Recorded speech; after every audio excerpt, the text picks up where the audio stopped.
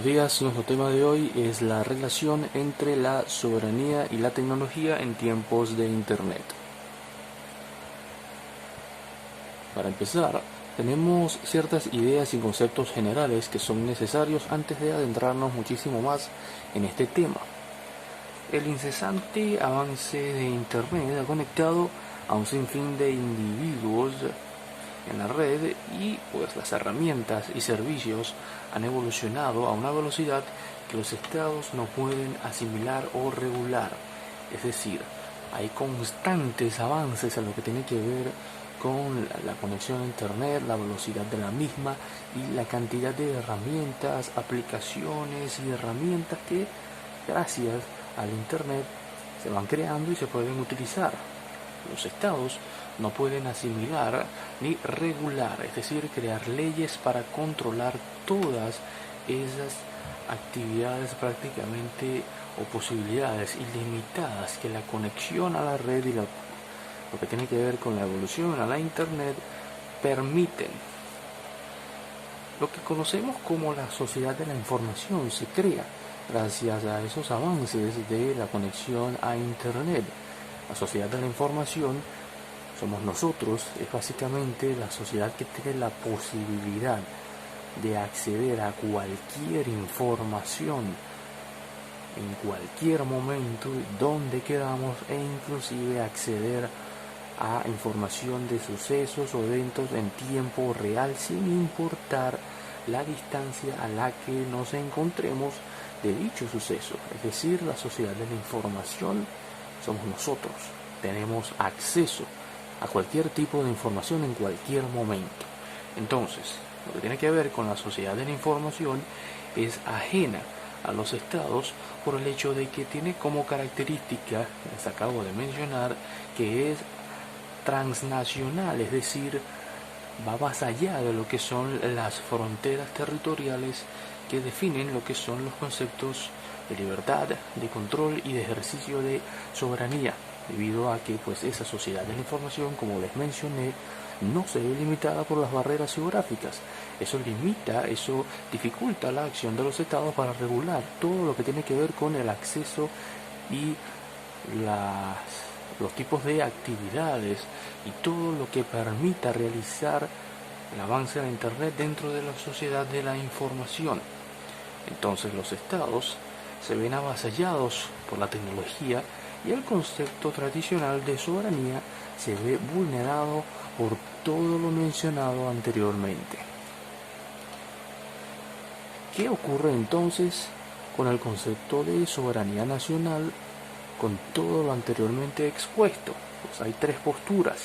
La primera establece que el concepto de soberanía nacional, aquel que surge desde movimientos independentistas y movimientos antimonárquicos, en el que pues primero se define la libertad de los pueblos y los movimientos de autodeterminación y el derecho de cada pueblo de gobernarse a sí mismo, ese concepto, según esa postura, se ve inalterado, es decir, que no importan todos los cambios que están ocurriendo hoy en día, el concepto de soberanía no cambia.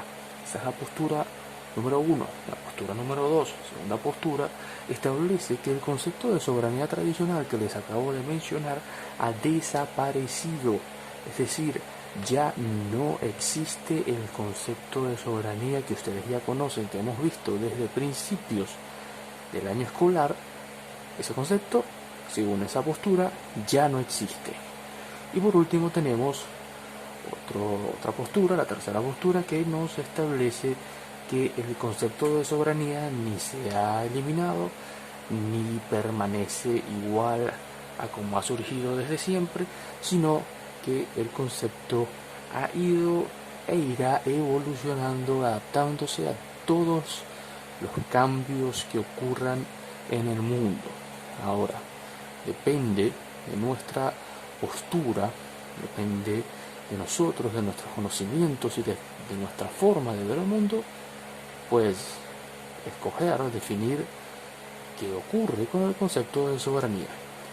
¿Cambia, se elimina o es el mismo de siempre? ¿Cuáles son los nuevos peligros que vienen de la mano con el avance de Internet relacionado obviamente a la soberanía nacional? Primero que todo, pues es un sitio ideal para la coordinación y creación de revueltas y atentados terroristas. Lo hemos visto en muchísimas ocasiones. Por ejemplo, que hay organizaciones terroristas que usan lo que son las redes sociales como sitios de captación a nuevos integrantes o adeptos a sus posturas y creencias, y asimismo usan también las redes sociales para promover dichos ideales. Luego tenemos que pues debido a todo esto se sacuden lo que son las estructuras tradicionales, a los conflictos que pueda enfrentar un país, debido a que vamos a suponer no, está establecido a través de lo largo de la historia que hemos visto la cantidad o los tipos de amenazas que pueden perjudicar a lo que es la soberanía nacional de un país.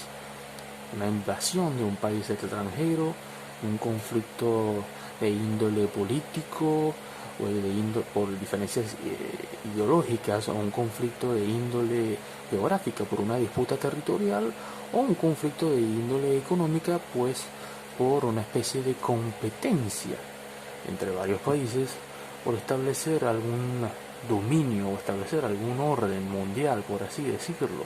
Entonces esas estructuras tradicionales que conocemos desde básicamente la creación de los países y la aparición de los conceptos tradicionales de soberanía nacional se ven sacudidos por todos estos nuevos conceptos que vienen de la mano con la aparición de la Internet. Entonces, las respuestas o la capacidad de un Estado de dar respuestas a todas estas amenazas se dificultan debido a que es muchísimo más complejo para los países controlar y regular lo que ocurre dentro de sus fronteras, porque básicamente la Internet no tiene fronteras. Nuevos conceptos de soberanía y de otras ideas que debemos también conocer relacionado a todos estos cambios. El concepto tradicional de soberanía no alcanza para afrontar lo que es la globalización. Entonces, como parte de una de las tres posturas de las que hablamos anteriormente, se establece lo que es la cosoberanía, que no es más que un acuerdo con otros países y particulares que convergen a la red o en la red, por así decirlo, y que pues logren ejercer una mayor soberanía y autodeterminación dentro de dicho espacio. ¿Qué quiere decir esto? El establecimiento de un acuerdo entre varios países para que, por así decirlo, sea más sencillo controlar, regular lo que tiene que ver con la soberanía, no solo de forma tradicional dentro de unas fronteras, sino dentro de las fronteras digitales. Entonces, en teoría, este acuerdo permitiría o facilitaría que los países puedan regular un poco más esta actividad y ejercer de una mejor forma, o por lo menos de forma más controlada, su soberanía nacional dentro de sus fronteras. Luego tenemos lo que es la sociedad planetaria, que establece o que considera que la red es un espacio de interconexión con una organización y reglas particulares que constituye un nuevo escenario para actividades, para interacciones y para, obviamente, conflictos, que debe sostenerse dicha sociedad planetaria por un nuevo orden democrático mundial. Esto quiere decir que básicamente se debe pensar como una nueva sociedad planetaria lo que es dicha interacción en la red, es decir, básicamente que se debería establecer o definir todas esas interacciones dentro de la red como un nuevo escenario para nuevos sucesos y que debe ser visto como un nuevo sitio, básicamente, un nuevo lugar que tenga sus propias leyes y sus propias normas de conducta y sus propios conflictos y sus propias interacciones políticas, económicas y sociales. O sea, es básicamente una nueva sociedad planetaria, una que, como ya hemos ido mencionando, no se ve limitada por ni el espacio físico ni las fronteras terrestres. Por último, tenemos una versión anarquista de todo esto, de lo que es la soberanía y de lo que es dicha sociedad planetaria y la conexión en la red, que pues nos establece dos posturas anarquistas. La primera establece que dicho sitio, dicha red es un lugar propicio para la eliminación de las normas, es decir, dentro de esa sociedad planetaria digital, dentro de esa red, es un lugar adecuado para la eliminación de las normas. Esa es una visión anárquica. Y eso es algo que básicamente podemos ir viendo en la aplicación. Son muy pocas las normas que realmente ejercen un control dentro de la interconexión a la red. Las limitaciones son mayores, las limitaciones son menores. Hay otra postura anárquica que va un poco más al extremo, que dice que, digamos, observa la interconexión a la red y todo lo que ésta genera como una forma de colonización occidental, y que las tecnologías generan una brecha sociopolítica aún más profunda debido a que polarizan a las personas que se conectan dentro de la red. Básicamente define que los ricos están conectados y los pobres están desconectados. Entonces, estos son nuevos conceptos que surgen no solo dentro de la soberanía, sino dentro de lo que tiene que ver con la red como tal y todo lo que ocurre dentro de ella, y también visiones y formas de ver esta situación.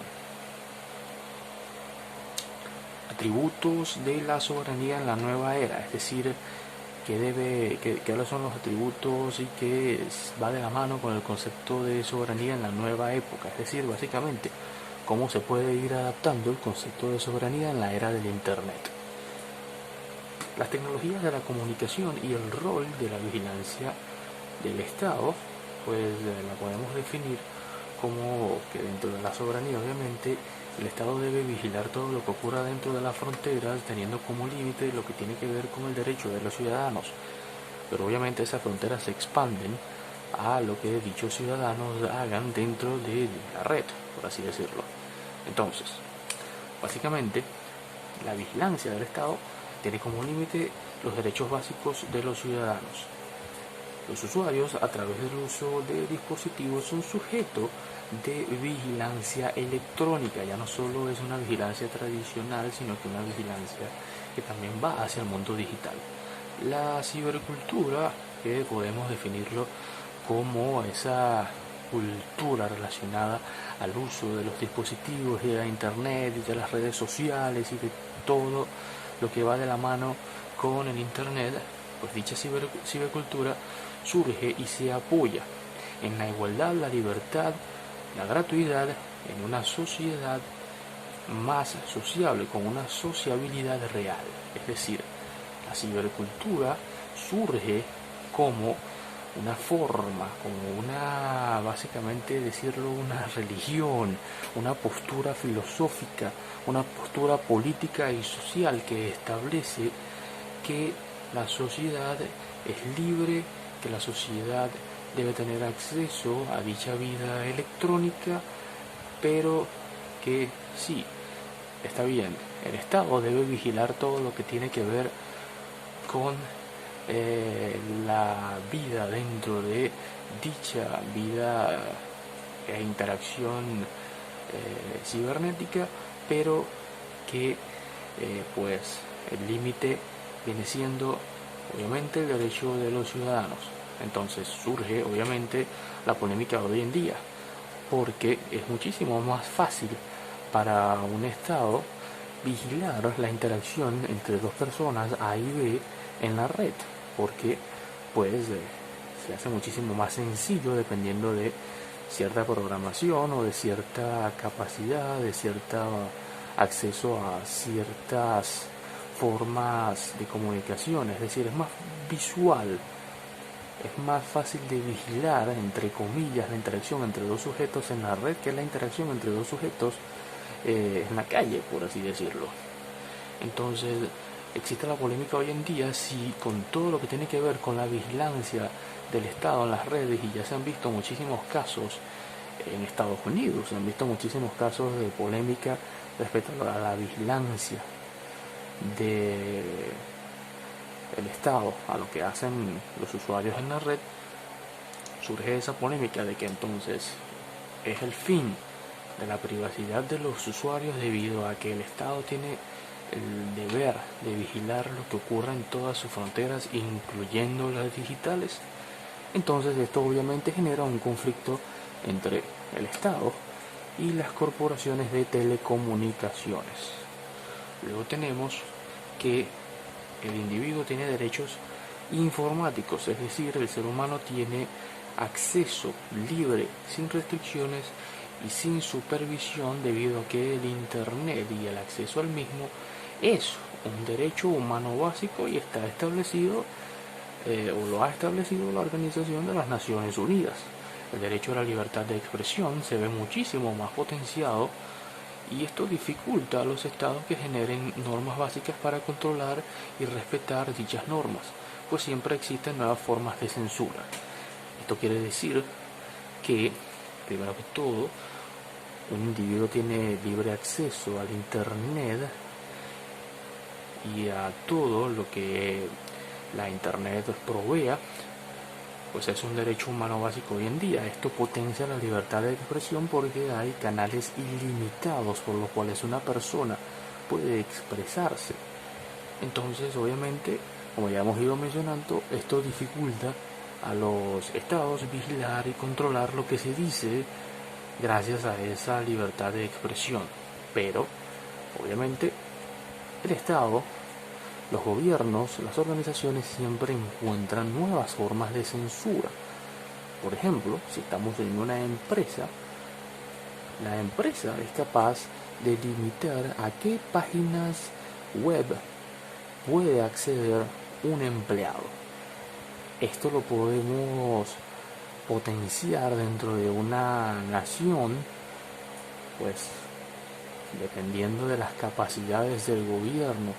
Si es un gobierno totalitario que tiene completo control sobre las empresas de telecomunicaciones, se le va a hacer muchísimo más fácil limitar el acceso a la red a sus usuarios. Por último, tenemos que en pos de la autodeterminación, pues el Estado no debe cortar lo que tiene que ver con la libertad y el acceso a la información, sino buscar evitar formatos no estándar y educar a sus individuos en el uso de esos derechos informáticos y de su libertad de expresión. Es decir, básicamente establecer una autodeterminación en línea.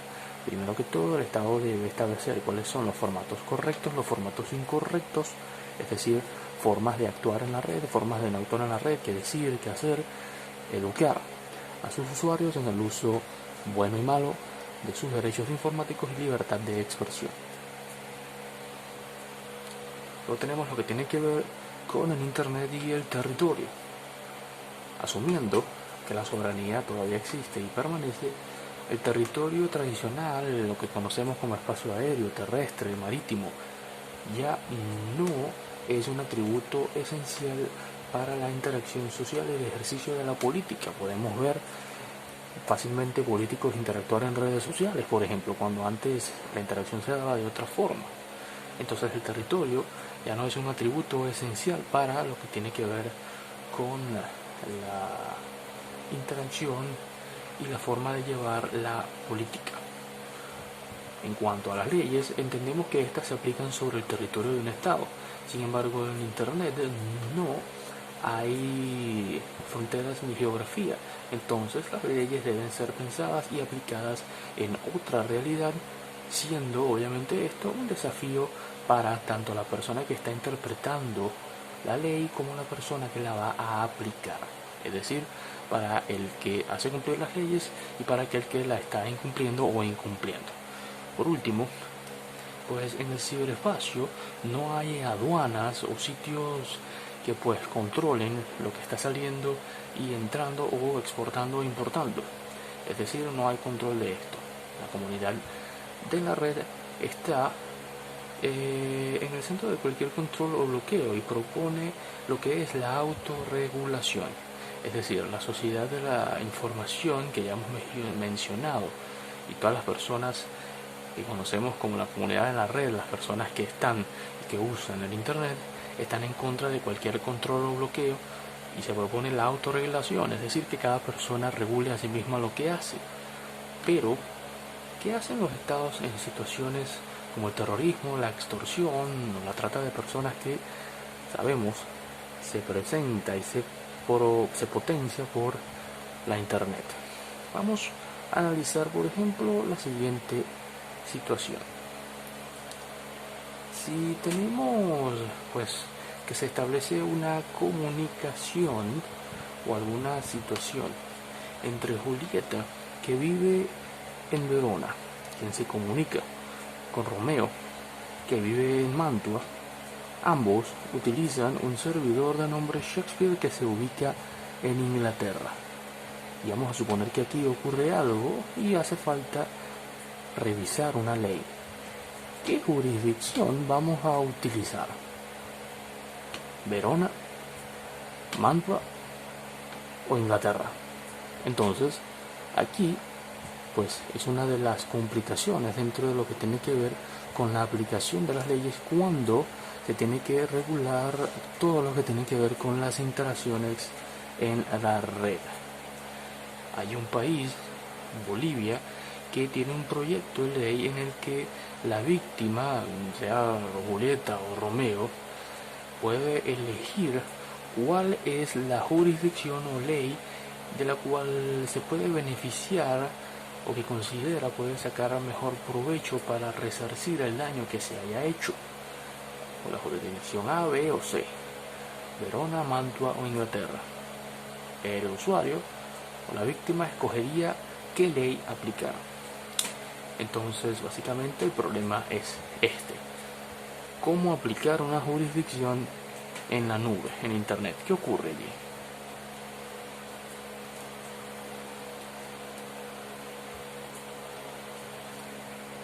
Entonces, debemos ver más allá de todas estas limitaciones y entender que el Internet no es una amenaza para la soberanía, ni la soberanía es una amenaza para el Internet, que es una interacción de la cual se pueden sacar muchísimos provechos tanto de un bando como del otro. Básicamente, y no es muy fácil decirlo, pero como acabamos de ver es bastante complicado explicarlo, se deben aplicar todas lo que son las leyes y protocolos sobre qué hacer en situaciones en las que se deban aplicar leyes, y los países deben básicamente ponerse al día con todos esos avances del Internet, así como hemos visto que se han ido actualizando las leyes cuando se expanden nuestros conocimientos sobre el territorio nacional. Han surgido leyes sobre el espacio aéreo, han surgido leyes sobre el espacio marítimo, e inclusive tenemos hoy en día leyes que van sobre el espacio ultraterrestre, el espacio exterior, e inclusive hay leyes sobre la luna. ¿Por qué no actualizar y crear leyes sobre el ciberespacio? Por último, debemos reformular lo que son los conceptos que obviamente ya se están quedando cortos, de fronteras terrestres y no terrestres, de soberanía nacional y todo lo que tiene que ver con lo que acabamos de hablar sobre soberanía, sobre leyes, sobre redes. Todos estos conceptos deben ser reformulados y actualizarse y adaptarse a los fenómenos de globalización y básicamente ser reformulados y creados desde cero, adaptándose a esta nueva realidad. Esto ha sido todo por el día de hoy.